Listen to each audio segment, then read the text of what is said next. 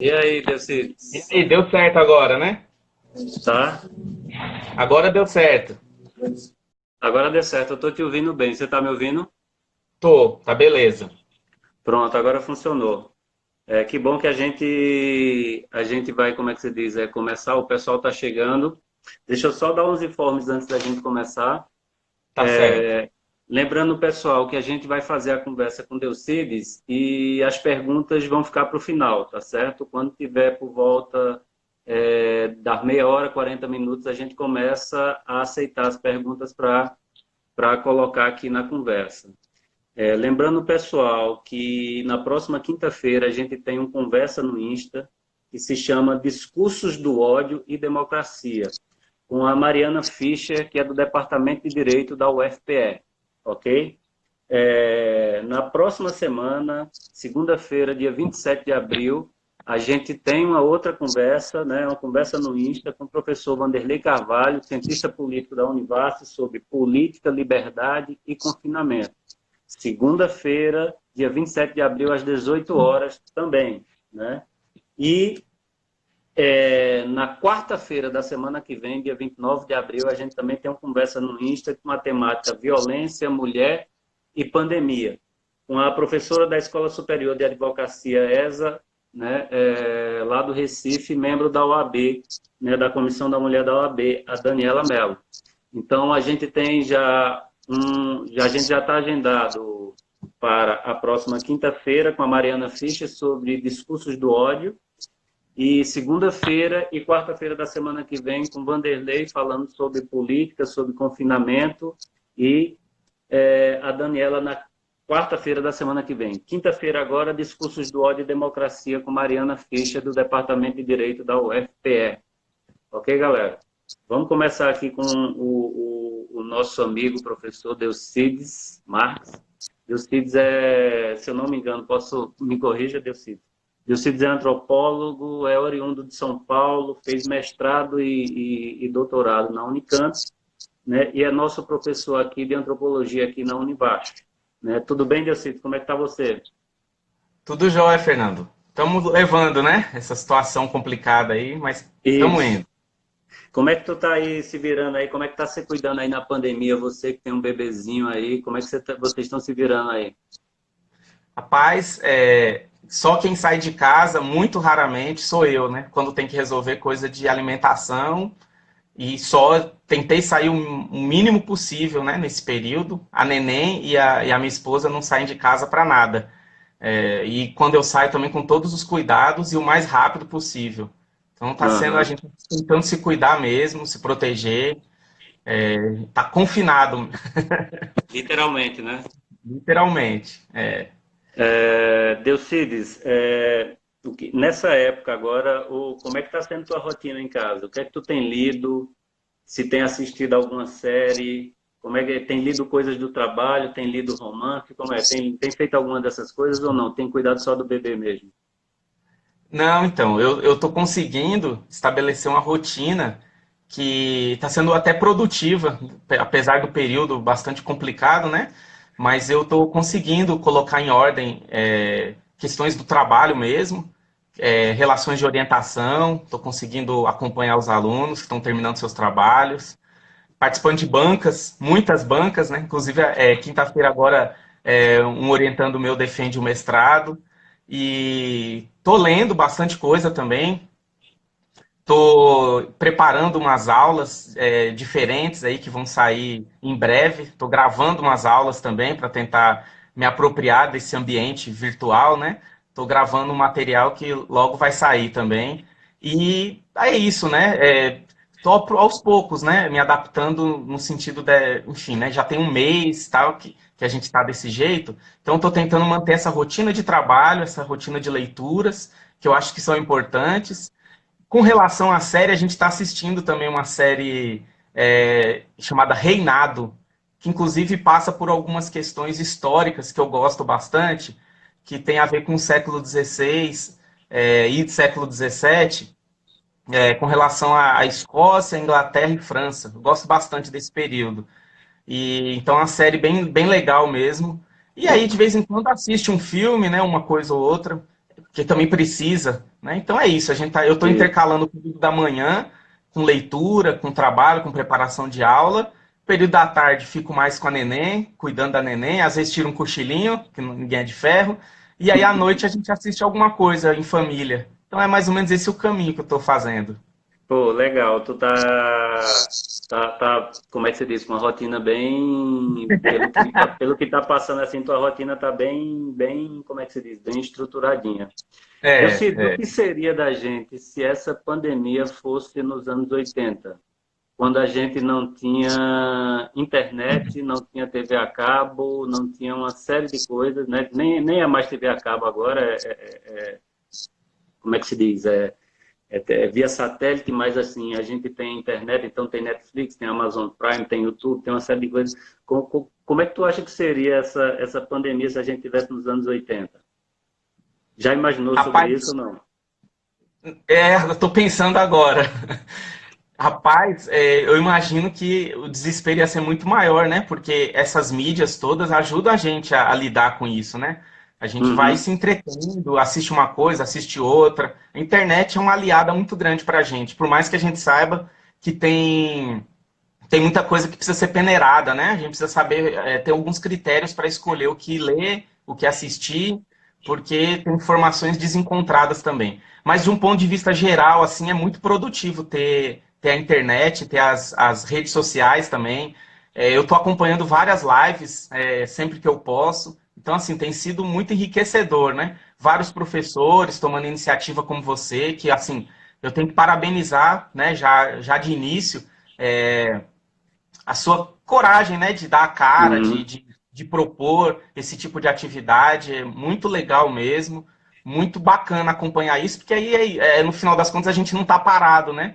A gente Isso. continua aprendendo, discutindo, ampliando, e a internet possibilita muito isso. Imagina, anos 80, não sei não, galera endoidar de verdade, né? É, É, já que você tocou nesse assunto, assim, só para deixar claro que esse projeto das lives é um projeto de extensão que foi aprovado em agosto do ano passado. Claro que a gente não tinha ideia de fazer live, a ideia era começar, a gente aprovou um projeto dentro da Univasf, na Pró-Reitoria de Extensão, que o projeto era fazer videoaulas, desenvolver videoaulas e outros, vamos dizer assim, outros conteúdos para a internet que a gente ainda não tinha clareza qual era. Depois de um certo tempo, a gente pensou num podcast. Né? Logo no sim. início, o Laio, que é nosso aluno, Laio falou da coisa do podcast, e a gente discutiu muito. E aí, quando a gente ia começar o podcast agora em março, né, dentro desse projeto, a gente comprou o microfone, comprou mesa de som, uma série de coisas, e aí a coisa não se desenvolveu por conta da pandemia. Né? É. E aí surgiu a ideia de, olha, já que. E aí havia uma demanda dos alunos de querer conteúdo, material, nesse período que ia ficar trancado em casa, e a gente começou com uma live com a Elga, né, Foi. sobre internet, democracia, pandemia. Depois a gente fez uma com Newton, Onde Estão os Negros. Depois de Newton, a gente fez uma com o Hermógenes, né, sobre drogas, pandemia, etc. E depois a gente fez uma com Paula e com Bárbara, que é cineasta, Paula lá da universidade, Paula Galrão, e a gente está fazendo essa com você. Né? Como é que a gente se É. apropria, Delcides? De que forma pensar a religião, o conceito de religião permite a gente se apropriar, vamos dizer, desse momento que a gente vive? A gente está num momento, no mínimo, complexo, né, do ponto de vista político, e que está se tornando ainda mais complexo e complicado em razão de toda a crise que envolve o combate da pandemia. Né? Não necessariamente a gente vai falar disso agora, mas como pensar a religião ajuda a gente a compreender isso? Né? Como é que o conceito de religião ou a antropologia permite a gente compreender isso? Rapaz, essa é a grande pergunta, né? É a pergunta que eu acho que daria para a gente falar muito tempo. Mas assim, eu fiquei pensando, né? Você me passou essa pergunta antecipadamente, e eu fiquei pensando bastante sobre essa questão da definição de religião. Bom, a gente tem, já de um ponto de vista geral, a definição de religião vinculada, no meu caso, à minha área de pesquisa, de atuação, que é a antropologia da religião. a gente tem uma série de autores, de definições, né? Não existe uma definição válida universalmente, né? Mas existem teorias, existem modos de conceituar e de entender o que é religião e qual é o lugar da religião na sociedade. Então, assim, se a gente fosse fazer um percurso dentro da própria antropologia, não daria para falar de religião sem passar, por exemplo, pelos evolucionistas, que foram os primeiros a fazer definição de religião. Taylor, James Fraser, discutindo na época, né, questões relacionadas a animismo, a relação entre magia, ciência e religião, e assim por diante, né? Daria para passar por autores, e seria importante passar nessa preocupação de definição, como Marcel Mauss, que é um cara sensacional, que debateu rituais, questões relacionadas a sacrifício, a prece, e assim por diante. Então, assim, daria para falar de muitos autores. Tem um autor, por exemplo, que eu gosto bastante, que é o Talal Assad. Ele tem uma crítica muito interessante a qualquer tentativa de definir religião. Eu acho isso muito interessante porque ele sempre diz que as definições de religião partem do cristianismo como a religião. E aí as outras religiões têm que se enquadrar no modelo do cristianismo para se definir o que é religião. Acho isso muito interessante porque no final mostra o nosso limite para entender o que é religião. Mas já que eu não tenho essa pretensão de ficar tratando desses autores, de todos esses debates, que daria realmente pano para manga, seria muito legal, mas não é para esse momento, eu fiquei pensando em tratar religião, né, aqui na nossa conversa, muito mais no sentido daquilo que se atribui, do ponto de vista da prática cotidiana, das relações com a política, à religião. Então é menos, vamos dizer assim, uma tentativa de definir idealmente a religião e falar um pouco mais sobre o modo como religião se articula, por exemplo, como política, né? É mais ou menos por aí que eu pensei a questão da religião, né? Então, ao invés de propor uma definição, talvez pensar o modo como religião e política se articulam, sem definir o que é religião e sem definir o que é política, mas ao mesmo tempo percebendo aquilo que aproxima essas duas palavras no cotidiano, no funcionamento da vida, né? Então, é mais ou menos por aí que eu pensei. Então, já que não é para definir religião, inclusive porque tem aquela frase popular, né, que política, religião e futebol não se discute, então não vou discutir os conceitos de religião e política, apesar de estar com a camisa de futebol aqui, também não vou falar disso. Mas é isso, né? Na verdade, o que nós vamos fazer aqui não é bem discutir religião, a gente vai, enfim, problematizar o lugar da religião frente, por exemplo, à política, tendo como pano de fundo essa questão, por exemplo, da pandemia. Por quê? Porque toda vez que a gente tem que definir religião ou definir política, a gente cai nos embates em torno da legitimidade do que é essa definição, né? Então a gente vai tentar escapar disso aqui, que eu acho que é importante, né? Para não ficar aquela ideia também de que existe uma definição melhor do que a outra, ou de que existe uma religião melhor do que a outra, porque também não funciona esse tipo de tratamento. Bom, então vamos lá. Avançar mais um pouquinho. Se de um lado a gente não vai tentar fazer definição de religião ou de política, a gente pode também problematizar uma outra questão, que é a questão de que normalmente se diz que política e religião não se misturam, não deve se misturar. E eu acho que o ponto central das questões que estão aparecendo agora são justamente em relação a isso, a esse ponto de que religião e política não devem se misturar. Essa frase é ouvida, né, por várias pessoas. Normalmente quem fala é visto como alguém que tem alguma erudição, né, para dizer assim, olha, tem alguma fundamentação, é alguém que tem um discurso de verdade que deve ser respeitado. Só que isso tem uma data, ou pelo menos isso tem um momento em que passou a vigorar de forma mais evidente, que é mais ou menos ali dos séculos XVI e XVII, como eu disse no início, que é um período que me interessa muito. Particularmente esse período na Europa, aconteceram propostas muito claras de separação entre a igreja e o Estado, a política e a religião.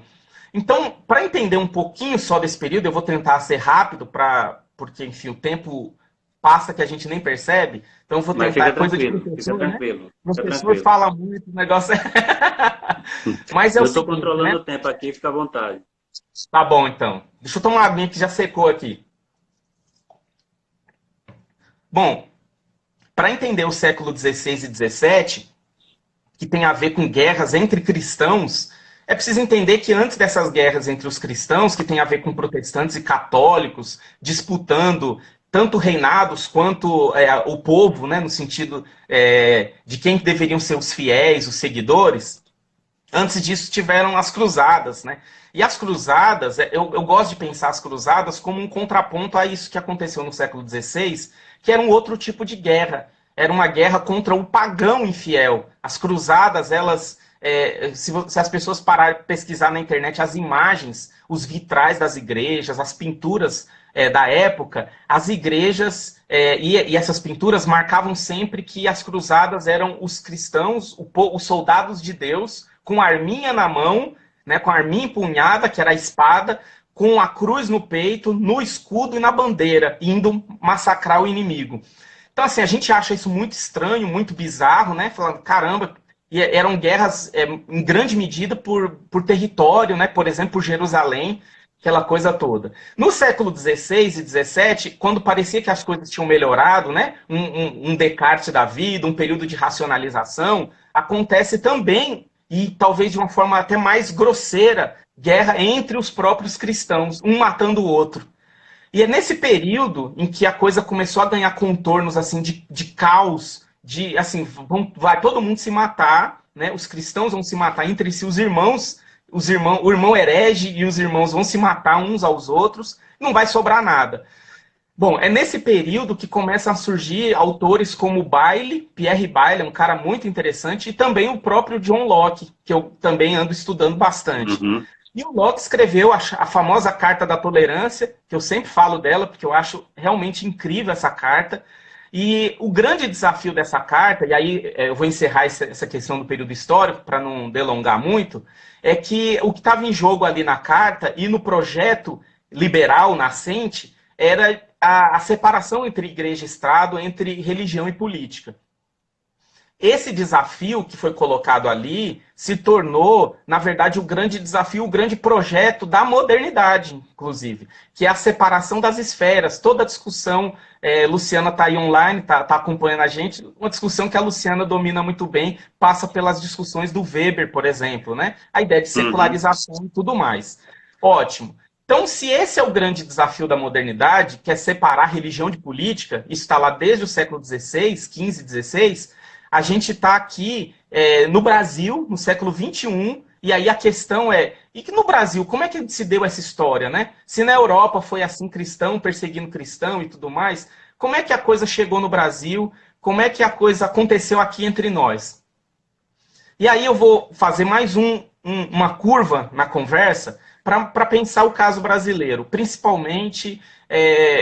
Eu dei uma pincelada hoje, muito rapidamente, nas diversas constituições brasileiras, desde 1824 até a última de 88, para pensar o seguinte: qual é o lugar da religião frente à política, frente ao governo, frente à ideia de Estado, no caso brasileiro. E é interessante que a primeira Constituição, que é a nossa Constituição Imperial, ela começa de um jeito muito interessante. Ela começa assim: Dom Pedro I, por graça de Deus, e unânime aclamação dos povos. É muito legal esse negócio de que, assim, Dom Pedro, antes de qualquer coisa, antes inclusive da aclamação do povo, ele é por graça de Deus. Claro, não podia ser de outra forma, porque todas as monarquias europeias, inclusive, partiam da ideia de que o rei era alguém que representava Deus na Terra. Né? Tem muita discussão em torno disso, e o absolutismo era a radicalização disso ainda. Era como se fosse a própria presença divina no mundo. Né? Então, Dom Pedro, quando diz que Deus, por graça de Deus, ele é o imperador, ele, claro, de que Deus ele está falando? É do Deus cristão. Mas qual cristão que ele é? Ele é um católico. E essa questão do catolicismo é um negócio muito importante em toda a história das constituições brasileiras, que é a seguinte: a Igreja Católica, ora, está visivelmente presente. Eu vou falar de algumas constituições em que a Igreja Católica é nomeada na Constituição, e em outras ela é escamoteada, ela fica ali nas entrelinhas. Mas a Igreja Católica é uma força muito importante na história política do Brasil. Isso, enfim, tem muita coisa interessante nesse sentido. Mas ainda pensando um outro ponto dessa Constituição Imperial de 824, tem um trecho, que é o artigo 5º, que também é muito legal, é muito interessante, que diz assim: a religião católica apostólica romana continuará a ser a religião do império. É assim que está no artigo. Todas as outras religiões serão permitidas com o seu culto doméstico ou particular em casas para isso destinadas, sem forma alguma exterior de templo. Isso é interessante porque essa coisa de sem alguma forma exterior de templo era justamente a ideia de que essas igrejas protestantes, ele está se referindo, a Constituição está, todas as outras religiões são os protestantes que estavam vindo principalmente por conta do Tratado de Comércio. Uhum. E eles não podiam ter templo com aparência de templo, quer dizer, tinham que se reunir como se fossem casas, não podia ter cruz na frente, não podia aparentar ser uma igreja. E isso permeou boa parte da história do protestantismo, inclusive muitas igrejas até hoje não usam cruz na frente porque é resquício ainda desse período. E a outra coisa é de que todos os outros cultos, esses cultos protestantes, por exemplo, eles eram tolerados. Essa é a palavra que se usava. Eles eram aceitos, mas que fossem privados, que fossem feitos nesse ambiente mais recluso, enquanto o catolicismo era a religião pública, nacional e oficial. Tanto é que Dom Pedro, nos artigos 106 e 141 da mesma Constituição, ele diz assim, que toda vez que os conselheiros do Estado ou a família imperial tivesse que fazer algum juramento, esse juramento era dado da seguinte forma: juro manter a religião católica apostólica romana. Então, assim, para não haver dúvida, né? Havia, durante boa parte do século XIX, uma religião oficial instituída pela Constituição como uma religião brasileira. Isso é interessante porque a gente vai chegar no final da nossa conversa nessa questão de como que os evangélicos cresceram, então, e mais ou menos começam a ameaçar já há algum tempo essa hegemonia católica, né? Isso é uma questão importante para a gente conversar também.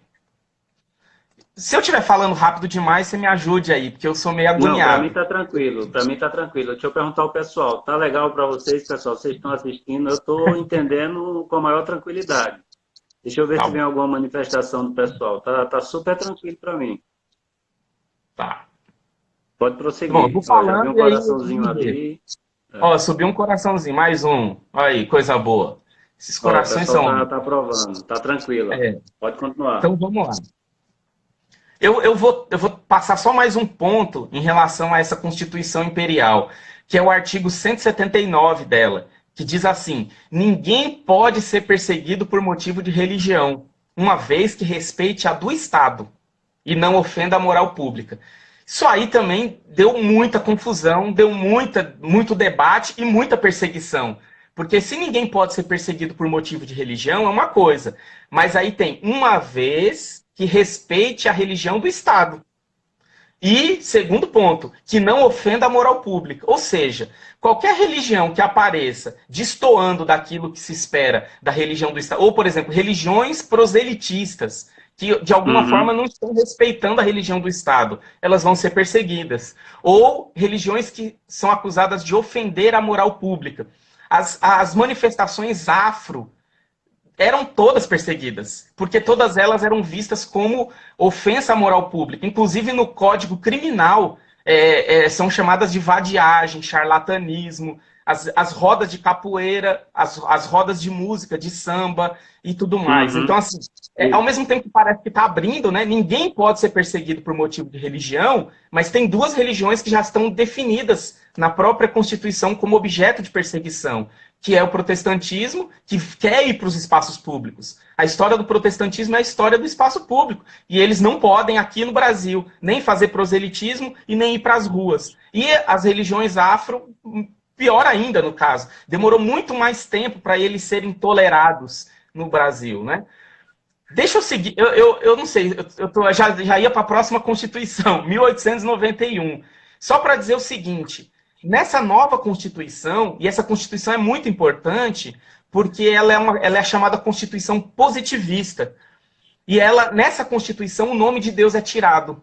E aí já começa a ter uma mudança, vamos dizer assim, uma tentativa de mudança. Marcado por esse positivismo, por esse racionalismo, a Constituição agora, o preâmbulo dela é basicamente o seguinte: nós, os representantes do povo brasileiro, reunidos em Congresso Constituinte para organizar um regime livre e democrático, estabelecemos e decretamos e promulgamos a seguinte. E aí vai. Deus saiu da Constituição. O negócio agora complicou. Complicou tanto que 30 e poucos anos depois, por pressão da Igreja Católica e da representação e da força política da Igreja Católica, Deus teve que ser reinserido. Mas já já eu chego lá. Então essa Constituição, vamos dizer assim, mais humanista, mais racionalista, positivista, mais calcada numa ideia de progresso, de ciência, em que a política se separa da religião, então Deus não fundamenta a Constituição, quem fundamenta a Constituição são os representantes do povo brasileiro que se organizaram e que propõem um regime livre e tudo mais. Bom, nessa Constituição de 1891 já aparece um ponto muito importante para todas as constituições seguintes, que é a ideia de que o Estado não pode, é vedado ao Estado estabelecer, subvencionar, embaraçar qualquer exercício de culto religioso. Todas as outras constituições vão repetir esse mesmo artigo e esse inciso. Então, de um lado, Deus foi retirado, mas a religião foi tratada nos termos mais sociológicos, digamos assim, né? Então, o Estado não deve subvencionar a religião, não deve bancar, não deve estabelecer, não deve subvencionar, mas também não deve atrapalhar nenhuma religião. Bom, e aí tem muita coisa aqui nessa Constituição, mas eu vou parar por aí, vou pular para a Constituição de 34, que reaparece Deus. Deus volta à cena, é o retorno de Deus na Constituição.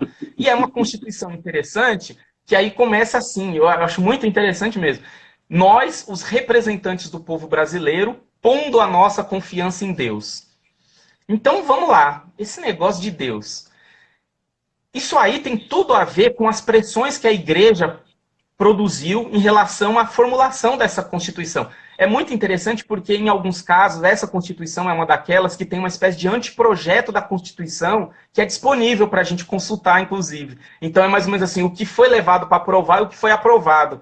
E Deus não estava na Constituição, mas por pressão dos católicos, da Igreja Católica, Deus entrou de novo na Constituição.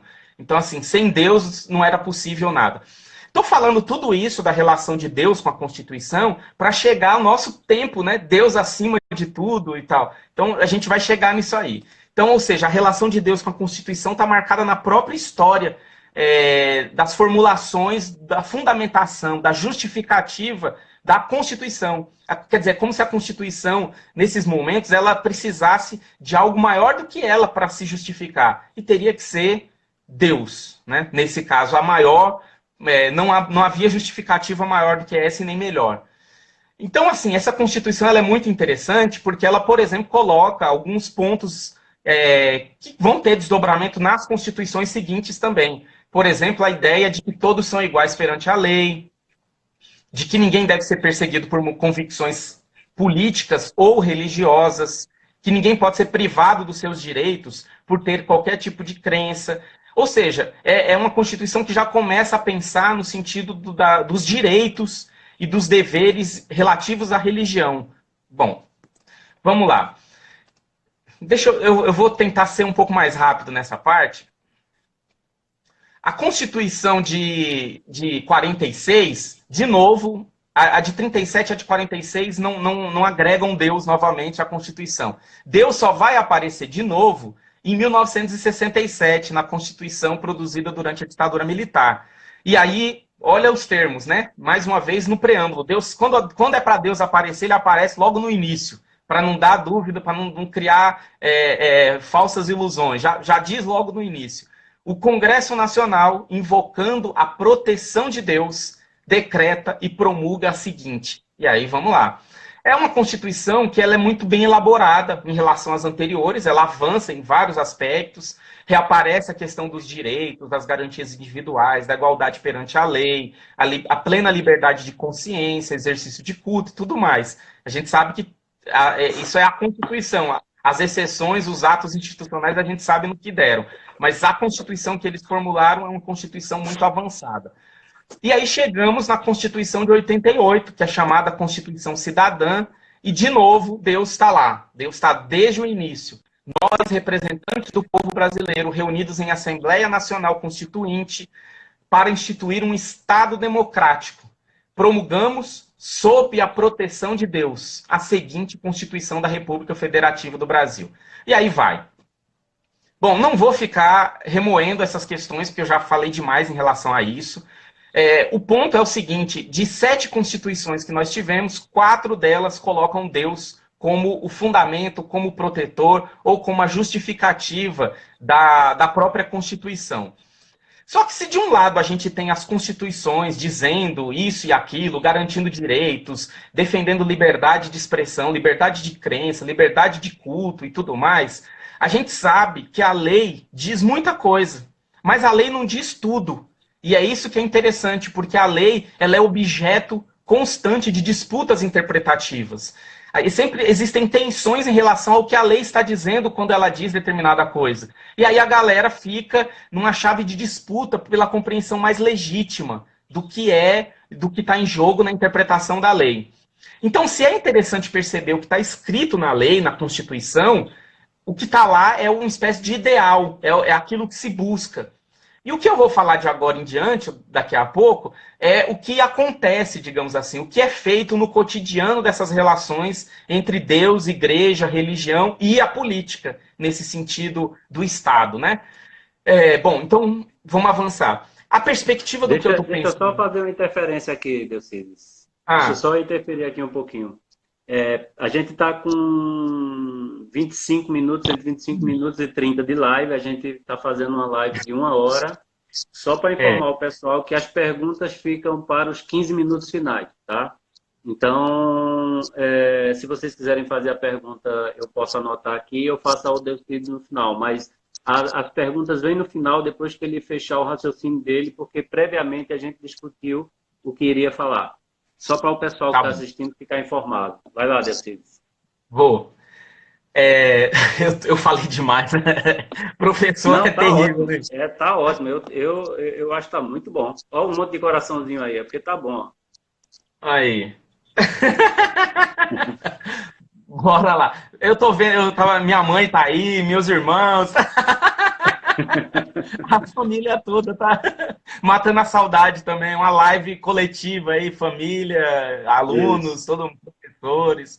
Pessoal, o vídeo, deixa eu só dar outro informe. O vídeo, ele fica disponível por 24 horas. O próprio Instagram, ele faz a gravação. Quando terminar aqui a live, ele pergunta se eu excluo o vídeo ou não. Aí eu digo não. Aí o vídeo fica disponível é só entrar na minha... Aí onde tem o meu perfil, ele fica disponível por 1 hora. Por 24 horas. Vai, Deus, pode continuar. Tá bom. Vou tentar ser mais objetivo agora. Bom, eu tô pensando aqui o seguinte, né? Vamos se aproximar do que está mais perto da gente desse ponto de vista histórico, né? Primeiro, a gente fala muito que existe uma bancada evangélica, existem evangélicos que hoje têm uma pressão tão grande ou mais até do que a própria Igreja Católica, né? A gente tem uma chamada Frente Parlamentar Evangélica, a bancada evangélica tem um peso muito grande, a gente sabe tudo isso. Só que quando a gente fala evangélico, é sempre bom tomar alguns cuidados, né? Então, por mais que eu vou tratar evangélico aqui de um sentido geral, bem aberto, bem amplo, mas nunca é demais dizer que, tanto quanto religião, política, o termo evangélico ele é carregado de variações, né? Ele é um termo que ele tem uma capacidade de generalização muito grande. E ao mesmo tempo que diz muita coisa, às vezes não diz nada, porque ele fica esvaziado, porque ele vira uma espécie de imbróglio terminológico nesse sentido, né? Uhum. De que ele engloba tudo e ele não permite perceber as diferenças, então vira tudo farinha do mesmo saco.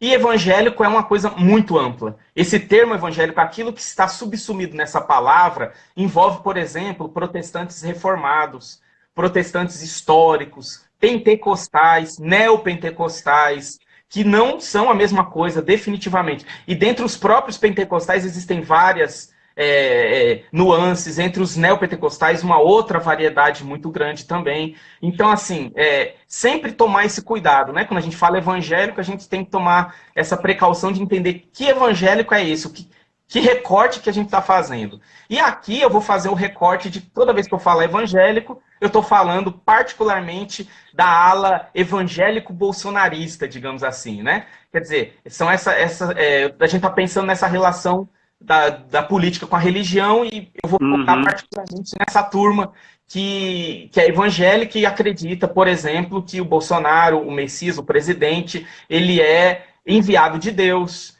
que se sente representado pelo que ele disse, reconhece nas falas dele, inclusive defende, procura defender das suas próprias incongruências e assim por diante. Então, é esse evangélico que diz que Deus colocou ele lá e que precisa defender esse homem que está ali para fazer o serviço de Deus na Terra. Bom, dito isso, eu acho que a gente pode avançar para o seguinte ponto. Esse momento nosso e a relação de política, religião e a própria pandemia. Saiu um decreto, 25 de março de 2020, o decreto 10.292, que trata da definição dos serviços públicos e das atividades essenciais. No artigo 3º, inciso 39, a gente acha a seguinte formulação: atividades religiosas de qualquer natureza, obedecidas às determinações do Ministério da Saúde. Então ele diz isso dia 25 de março, incluindo as igrejas dentro do escopo dos serviços essenciais, das atividades essenciais. Claro que isso não ia passar batido, isso ia render muita discussão, muita polêmica, e esse decreto, ao incluir as igrejas nas atividades essenciais, produziu diversos embates judiciais, inclusive.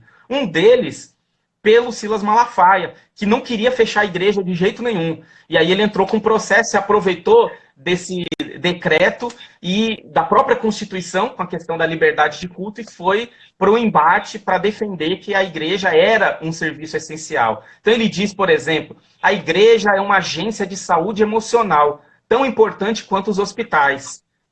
Ou então, a fala do Silas Câmara, que também é um personagem muito interessante nesse contexto político nosso, que ele é o representante da Frente Parlamentar Evangélica, ele é deputado pelo Republicanos, que é o partido da Igreja Universal, que é um negócio, tá todo mundo ali, né?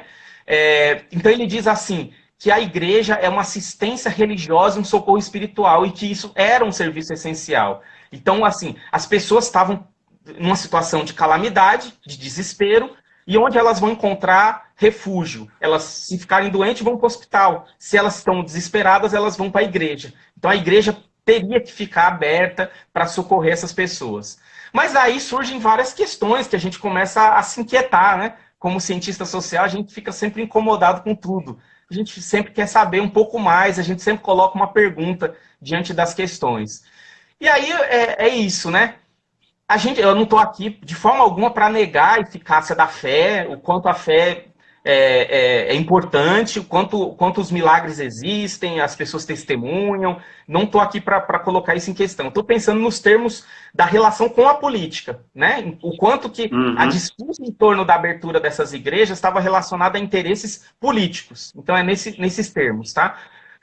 Então, os evangélicos, particularmente os líderes religiosos, eles começaram a se perguntar assim, mas e aí? Como é que a gente faz agora que a igreja passou a ser tratada como foco de contágio? Ou então, o que fazer agora? A gente obedece à lei de Deus, que diz que é para a gente se reunir e cultuar, ou a gente obedece à lei dos homens, que diz que é para a gente ficar em casa? Começaram a surgir vários embates no meio evangélico em torno disso. E, no geral, o argumento é basicamente o seguinte: a gente tem que obedecer à lei de Deus e à lei dos homens. E a Constituição garante a liberdade de culto, e a lei de Deus diz que a gente tem que se reunir. E o próprio presidente nos apoia nesse sentido. E olha o decreto aí, o decreto incluindo a igreja no serviço essencial. O que é curioso nesse rolo todo, nessa briga gigantesca, é que a maior parte dos pastores que pediram para as igrejas serem reabertas são pastores midiáticos. São pastores que estão fazendo seus cultos na internet, na televisão. Então, a pergunta é, o que que eles querem exatamente com a reabertura das igrejas? Qual é a questão que está em jogo para eles ali? Bom, isso a gente vai discutir já já de novo. Um outro ponto que começa a aparecer e pulular como uma questão importante para os líderes religiosos é que tipo de espiritualidade, que tipo de culto pode se fazer no ambiente virtual? Ou outra pergunta, que tipo de fé vai se desdobrar daí? As pessoas vão se desapegar da igreja? As pessoas vão perceber em algum momento que elas não precisam da igreja, de que elas podem, em suas próprias residências, cultivar algum tipo de espiritualidade? Essas questões todas começaram a aparecer. E junto delas, e aí olha só que coisa interessante, os pastores começaram a dizer um discurso afinado com o discurso do presidente, de que era alguma coisa menor, de que Deus ia salvar, Deus ia curar, Deus ia proteger, porque as pessoas estavam indo buscar a Deus. Então, assim, nesse momento é que as pessoas deveriam ir para a igreja, mais do que nunca, porque lá elas iam encontrar Deus e encontrar forças para enfrentar esse momento. Em nenhum momento eles discutiram, por exemplo, que é justamente no tipo de conluio que é uma reunião religiosa, é que o contágio se torna ainda mais claro. Só para se ter uma ideia, esse presidente da frente parlamentar, que é o Silas Câmara, que defendeu em março que deveria reabrir as igrejas, há uma semana foi diagnosticado com coronavírus. Quer dizer, você imagina E aí começaram a aparecer vários casos na Igreja Universal, por exemplo. Apareceram vários casos de pastores acometidos. E aí a pergunta é, se isso está aberto para culto e as pessoas estão em contato com esses líderes, eles vão ser os maiores transmissores possíveis, né? Então, o próprio Macedo voltou atrás, ele publicou um vídeo no YouTube dele em março, dizendo que isso era um exagero, e agora ele recuou. E ele, ao que tudo indica, ele está também cumprindo o isolamento.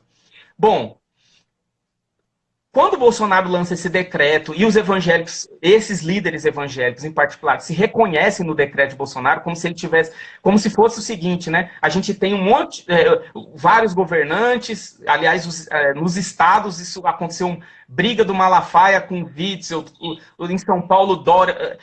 Aí a questão era, mas o presidente está com a gente. Esses governantes, esses governadores estaduais estão contra nós. Aconteceu em Pernambuco também. Mas o presidente está com a gente. E essa história do presidente estar com a gente apareceu também numa entrevista que o Bolsonaro deu no Ratinho, dizendo assim que achava um absurdo fechar os templos. Pronto, era o que faltava para o Bolsonaro reforçar ainda mais a aliança com a frente evangélica, com a bancada evangélica. Bom, por que eu estou falando isso? Né? Porque tudo tem sua contrapartida. Então, o Bolsonaro se mostrou disposto a reabrir os templos, por mais que não tenha conseguido, mas ele se esforçou em relação a isso, lançou um decreto e tudo mais, e virou objeto de controvérsias. Mas aconteceu o seguinte, um pouco antes, na primeira semana de abril agora, foi lançado um vídeo na internet que, na verdade, era inspirado numa coisa que aconteceu nos Estados Unidos, que foi uma convocação que o Trump fez em março ainda, de que dia 15 de março seria o Dia Nacional da Oração, para enfrentar essa situação, para Deus proteger a nação. E o Bolsonaro fez a mesma coisa aqui. Ele fez uma convocação nacional para o jejum, no dia 5 de abril agora. E o que é interessante, esse vídeo é um vídeo incrível para ser compreendido sociologicamente. É um vídeo muito interessante mesmo. Porque no vídeo aparece a fala de mais ou menos 30 líderes religiosos do Brasil todo. O vídeo começa com a fala do Bolsonaro e termina com a fala dele, e durante todo o meio do vídeo são esses pastores falando. E assim, a vinheta do vídeo diz o seguinte: estamos diante da proclamação santa feita pelo chefe supremo da nação. Bom, isso aí diz muita coisa, né? Quer dizer, o presidente convocando os evangélicos para um dia de jejum. E o vídeo recebe falas curtas, né? Porque é um vídeo de 5 minutos, mas tem a imagem e falas breves desses líderes. Olha os nomes, só para deixar todo mundo, se quem não viu o vídeo, dá uma olhada. Marco Feliciano, Edir Macedo, Silas Malafaia, Valdemiro Santiago, R.R. Soares, José Wellington Júnior, Jorge Linhares, Samuel Ferreira, Abílio Santana, Esteve Hernandes e Samuel Câmara. Só esses nomes, para quem conhece o meio evangélico, já diz muita coisa. Porque se esses nomes isoladamente já nos causam calafrios, digamos assim, imagina todos eles reunidos de forma inédita, em torno de uma questão comum, em torno de um objeto comum, que é essa convocação para o jejum. Então, dentre os líderes, tem lá o próprio Malafaia, fazendo, enfim, ele é uma espécie de representante, como se diz, ele é uma espécie de ponta de lança de Bolsonaro frente à crítica ao isolamento social. Então, ele está o tempo todo rebatendo que isso tem que acabar, que é um absurdo. Ainda que o Macedo tenha recuado, digamos assim, mas inicialmente ele também está ali presente. Então é o seguinte, para resumir a história, né? Essa convocação para o jejum nacional acontece justamente no período em que o Bolsonaro estava caindo. Ele estava caindo, inclusive, em credibilidade entre os evangélicos. Estava caindo exponencialmente, né? E aí, assim, é uma espécie de tentativa de reatar essa relação, essa aliança com os evangélicos. Bom, olha só. E aí a gente chega no seguinte ponto, né? Essa turma toda, desses líderes evangélicos, dessa turma que representa essa frente parlamentar e a bancada evangélica, ela é uma turma que tem muita força na internet, uma audiência, muitos seguidores. Então, assim, gente que quando fala tem muito impacto, tem uma força muito grande mesmo. E, só aqui, situando, eles se uniram, né, assim, sempre foi Malafaia contra Macedo, e aí de repente os dois estão no mesmo vídeo, se unindo, para mostrar ainda mais essa aproximação em torno de um ideal comum, que é, vamos dizer assim, a reaproximação ou fortalecimento da relação do Bolsonaro com os evangélicos. O que as igrejas têm feito, então? Várias igrejas grandes, como essas, por exemplo, do Macedo, R.R. Soares e tudo mais, elas são igrejas que já têm uma arrecadação muito grande, são igrejas muito fortes. E essas igrejas, elas não precisam, elas vamos dizer assim, elas já conseguem se manter muito bem, inclusive, com os recursos que já estavam dispostos ou que as pessoas continuam doando, porque muitas delas possuem uma relação apenas pela internet, digamos assim. Mas as igrejas também estão aderindo como uma forma de não perder a arrecadação, e eu acho que esse negócio da arrecadação é importante nessa preocupação com a reabertura das igrejas. Por exemplo, estão aderindo tem um aplicativo na internet, que é um aplicativo chamado Eu Igreja, que é um aplicativo que possibilita que as pessoas paguem os dízimos e as ofertas, as contribuições, para esse aplicativo, uma espécie de iFood. Ele tem uma lógica parecida com Uber, com essas coisas, que aí a pessoa paga, eles pegam um valor, um percentual de 5%, e o restante repassa para o líder. Então, assim, as igrejas estão aderindo a esse tipo de prática, que é uma novidade, que é uma mudança muito radical, mas que tem funcionado. Uma outra coisa são os cultos online, que as igrejas estão também realizando, assim, toda hora tem lives, cultos pela internet, que é uma forma de se provar, vamos dizer assim, de se evidenciar a necessidade da comunidade, da reunião e tudo mais. Bom, fechei esse argumento. A outra parte, e eu vou ser bem rápido mesmo, tem a ver com o crescimento evangélico. Tá? Oi? A gente tem 10 minutos para abrir para perguntas. Tá bom. Só para sintetizar mesmo, por que esses evangélicos têm tanta força? Por que esses pastores têm tanta força? Por que essas igrejas têm tanta visibilidade? Isso aí tem uma história, tudo a gente pode situar nesses termos. Quer dizer, a gente tem, no primeiro censo, no século XIX, o Brasil era quase 100% católico, era 99%, 98% católico, era um percentual assim, assustador. Até porque a gente viu na Constituição de 24 que tinha uma religião oficial no Brasil. Então, assim, isso é muito marcado. Ao longo do século XX, desde a primeira década do século XX, surge um ramo dentro do protestantismo que é o responsável pela virada, que são os pentecostais. O protestantismo já está aqui desde o século XIX, mas eram em minoria, não tinha uma força, uma presença pública muito evidente. Então, quando surge o pentecostalismo no início do século XX, começa a ter uma virada, mas essa virada só vai acontecer de fato a partir dos anos 50. Por mais que o crescimento, por exemplo, da Assembleia de Deus tenha sido alguma coisa inacreditável, para usar a palavra da Luciana, inigualável, a partir dos anos 70 é que o jogo vira de uma forma muito considerável, com o surgimento do que se chamou de neopentecostalismo. Por que há esses dois movimentos? Né? O movimento pentecostal já dá uma visibilidade e o neopentecostal ainda mais. A galera da sociologia da religião, Luciana está aqui acompanhando a gente, pode falar muito melhor do que eu sobre isso, ela trata esse crescimento evangélico com um conceito de mercado religioso. Então eles dizem o seguinte, existe igreja para todo gosto, existe igreja para todo interesse, para todo tipo de interesse, para todo tipo de necessidade. Se você quer emagrecer, tem uma igreja, se você quer engordar, tem uma igreja. Existe um mercado, a disponibilidade dos bens de salvação está aí cada vez mais plural e mais diversa. Isso é um grande atrativo, porque a gente tem, por exemplo, uma igreja católica que se afastou muito do povo nesse sentido institucional e no tipo de discurso. Até algumas décadas atrás, as missas eram em latim, quer dizer, não se aproximava das pessoas. Então, o pentecostalismo, e particularmente o neopentecostalismo, ele tem um discurso que é muito próximo do discurso neoliberal e muito próximo do discurso, vamos dizer assim, da prosperidade, da graça de Deus que alcança e que faz todo mundo se dar bem, quem não quer, né? Então é isso. Só para situar que é o seguinte, os anos 70 e 80 é um período muito importante para entender o crescimento evangélico,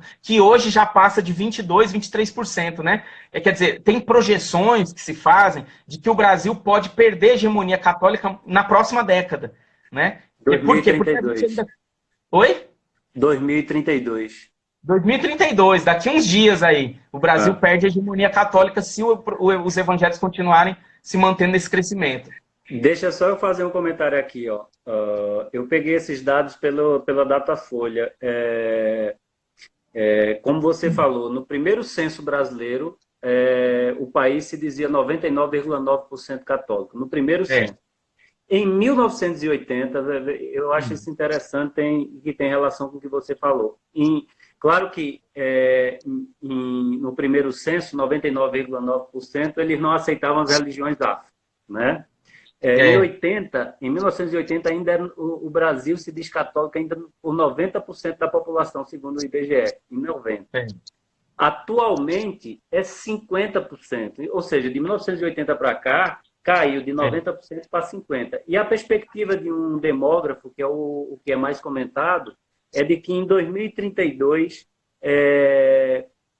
o Brasil chega a 40% de evangélicos, né? Compreendendo evangélicos dentro dessa heterogeneidade que você falou, de pentecostais, neopentecostais e uma série de outras coisas. Era só para enfatizar. Queria enfatizar também que, segundo o Datafolha, desse grupo dos evangélicos, 70% dos evangélicos que se dizem evangélicos votaram em Bolsonaro, né? É claro que tem outras religiões, mas quando a gente fala de católicos e evangélicos, eles correspondem a 80% dos brasileiros. Né? Ou seja, esses dois ramos, católicos e evangélicos, correspondem a 86% do peso religioso no Brasil, da religião. Né? A gente está se aproximando do final. Eu vou ler algumas perguntas aqui, porque falta muito pouco, e daqui a pouco o Instagram vai colocar automaticamente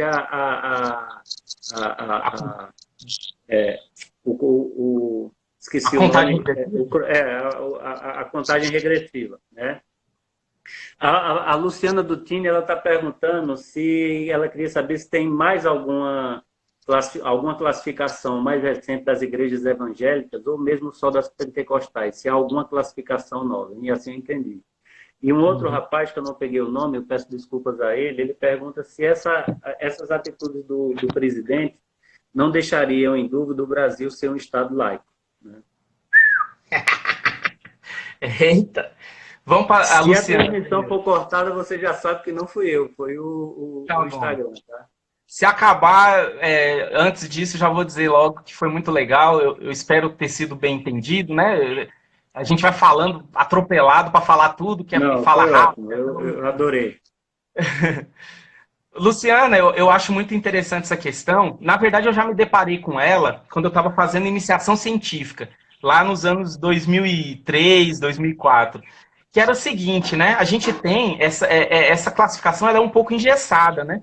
Quer dizer, essa coisa de que tem os pentecostais. Aliás, o Paul Freston, o Ricardo Mariano falava em ondas, né? Então você tem a primeira onda, que é a Assembleia de Deus, congregação, segunda onda, Entra Deus é Amor, Brasil para Cristo e tal, Igreja Quadrangular, e a partir dos anos 70, o que se chamou de neopentecostalismo, que é uma variação do pentecostalismo que se abre, vamos dizer assim, para o mundo, que se abre para os costumes, né? Enfim, para a televisão, para a sexualidade e tudo mais.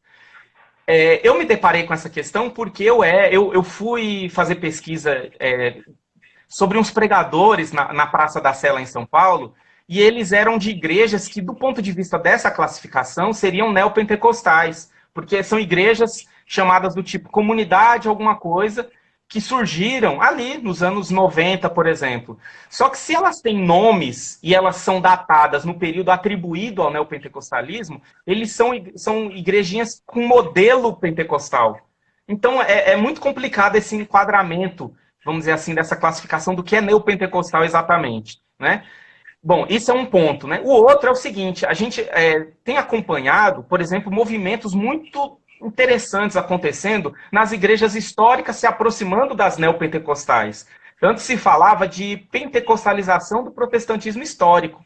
E agora já se fala em neopentecostalização do protestantismo histórico, o que é uma loucura. Inclusive, uma coisa que está acontecendo na própria Igreja Católica, né? Com os movimentos carismáticos, né? Estão se aproximando mais dos neopentecostais do que necessariamente do pentecostalismo. Então, é muito complicado, né? Essa classificação ela está se mostrando mais limitada, porque a gente vai ficar falando que tudo neopentecostalizou. Será que já não é outra coisa? E a gente não sabe dizer muito bem o que é ainda, né? As classificações estão gaguejando, estão ficando velhas. Será que já não é hora de pensar? E eu acho que é isso. Eu não sei se tem alguém produzindo uma reflexão mais nesse sentido, né, dessas novas configurações. E eu acho, sinceramente, assim, eu ando pensando nisso, inclusive depois do convite do Fernando, é que eu fiquei pensando mesmo, que assim, esse novo contexto de igrejas virtuais, de lives, de cultos online, isso vai produzir uma coisa que eu não sei ainda no que vai dar também.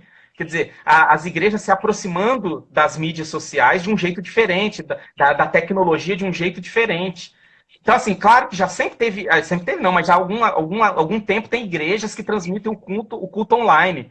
Grandes igrejas já faziam isso. Mas agora você imaginar, por exemplo, que tem um pastor pregando sozinho dentro da igreja e as pessoas estão acompanhando de casa. O que isso vai produzir no sentido da espiritualidade, da relação com comunidade, enfim, com o que se crê, com o que se entende como uma prática saudável de espiritualidade, é um negócio que eu também não sei onde vai dar. Então, assim, a gente está vivendo um turbilhão de modificações, de influências, que eu acho que estão envelhecendo nossas definições, nossas classificações. Vou para a segunda pergunta, senão eu não paro mais. Qual é a segunda? Daniel, ele botou o nome aqui, é o Daniel Andrade. Vai, pode fazer. O que ele perguntou mesmo? Colocou o nome, Daniel Andrade. Qual é a pergunta? A pergunta era se os atos do Bolsonaro não colocariam em xeque o país laico. Rapaz, de novo, a Luciana tá aí acompanhando, é quem manja do negócio. Eu fico até sem jeito de falar na frente dela, porque ela sabe tudo. Mas é porque o tema da laicidade é um tema muito importante para a sociologia da religião, que é o debate sobre secularização, desencantamento. É uma coisa que, vamos dizer assim, tem uma ancoragem nas discussões weberianas, de novo, né? Então, assim, o que é esse Estado laico? Por um tempo se 30 segundos, Delcídio. 30 segundos e a live vai acabar. Infelizmente, aí não vai dar para responder a pergunta de todo mundo. Eu vou fazer a última frase. É uma frase de efeito para acabar, tá? O Estado laico não é o Estado sem religião. É o Estado de todas as religiões, onde todas as religiões têm o seu espaço. Então, quando você tem um Estado de uma religião, ele não pode ser laico.